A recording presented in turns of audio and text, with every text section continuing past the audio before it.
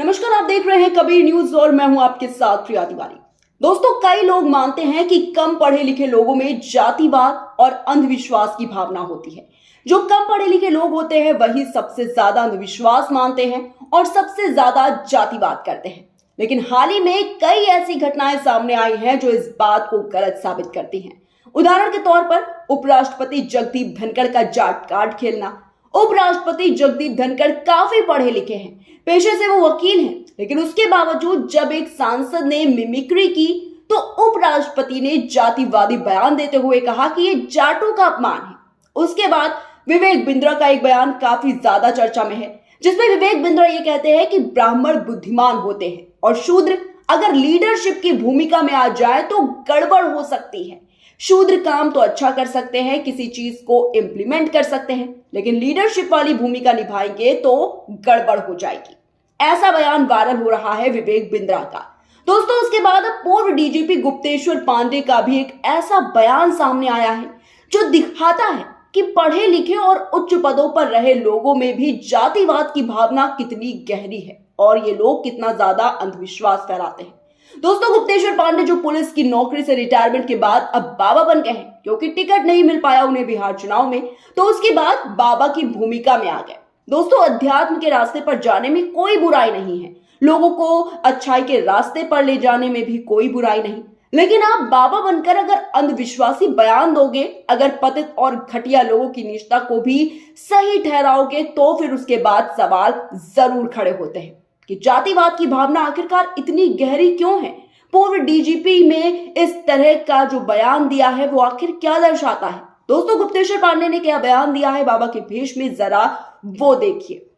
वो कहते हैं कि ब्राह्मण के हृदय में अगर पीढ़ा हो जाए तो कुलम समूलन दहती, यानी पूरे कुल का नाश हो जाता है महाराज। ब्राह्मण की क्रोध से बचना चाहिए, शास्त्र में लिखा है। ब्राह्मण भले आपको दिखाई दे कि बड़ा नीच है, बड़ा अधम है, बड़ा पतित है, चाहे कुछ भी हो, लेकिन पूर्व जन्म की उसकी तपस्या है कि वो ब्राह्मण कुल में पैदा हुआ है, ये मत भूलना। ब्राह्मण का अपमान कभी गलती से भी नहीं करना चाहिए। आजकल लोग नहीं मानते हैं तो ये अलग बात है। तो दोस्तों, यहां पर गुप्तेश्वर पांडे जो कि पूर्व डीजीपी है बिहार के, कहते हैं कि ब्राह्मण अगर नीच और अधम है तो भी उसका सम्मान करना चाहिए। मतलब कैसी बात है।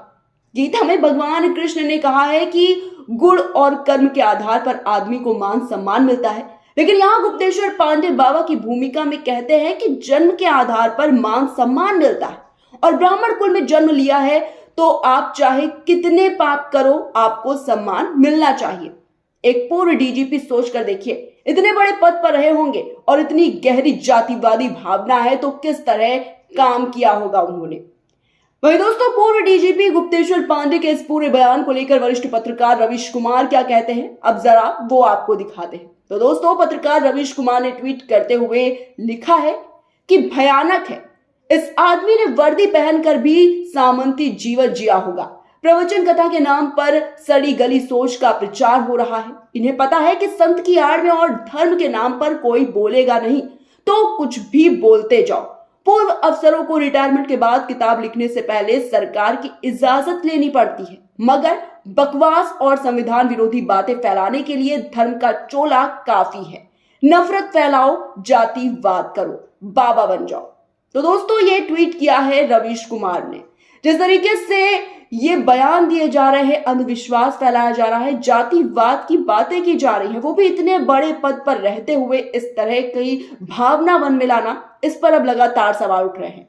तो दोस्तों, रवीश कुमार सवाल उठा रहे हैं कि ऐसी सोच के साथ गुप्तेश्वर पांडे ने डीजीपी के तौर पर काम किया होगा और उस सामंती सोच का एक उदाहरण हम आपको बताते हैं कि जब रिया चक्रवर्ती पर गुप्तेश्वर पांडे ने बोला था कि रिया चक्रवर्ती की औकात नहीं है कि मुख्यमंत्री पर बयान दे सके, जबकि संविधान किसी भी आम आदमी को मुख्यमंत्री पर, प्रधानमंत्री पर, राष्ट्रपति पर बोलने की पूरी छूट देता है, बोलने की ताकत देता है। गुप्तेश्वर पांडे जैसे लोग ये भूल जाते हैं। बड़ी बात यह है कि अगर आप बाबा बने हैं तो लोगों को अच्छाई के रास्ते पर ले जाने के लिए प्रेरित करें, अध्यात्म के रास्ते पर ले जाने के लिए प्रेरित करें।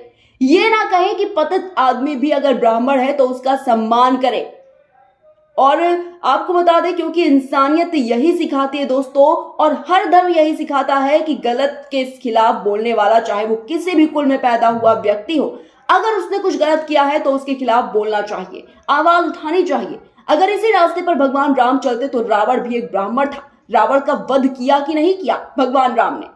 तो बाबा गुप्तेश्वर पांडे, कृपया इस तरह का अंधविश्वास ना फैलाएं, क्योंकि पढ़े लिखे लोग अक्सर इस तरह का अंधविश्वास फैलाते हैं तो ये समाज के लिए और भी ज्यादा खतरनाक है। फिलहाल दोस्तों, आप पूर्व डीजीपी गुप्तेश्वर पांडे, जो कि अब बाबा बन चुके हैं, उनके ऐसे बयान को लेकर क्या सोचते हैं? कमेंट बॉक्स में अपनी राय हमें जरूर दें।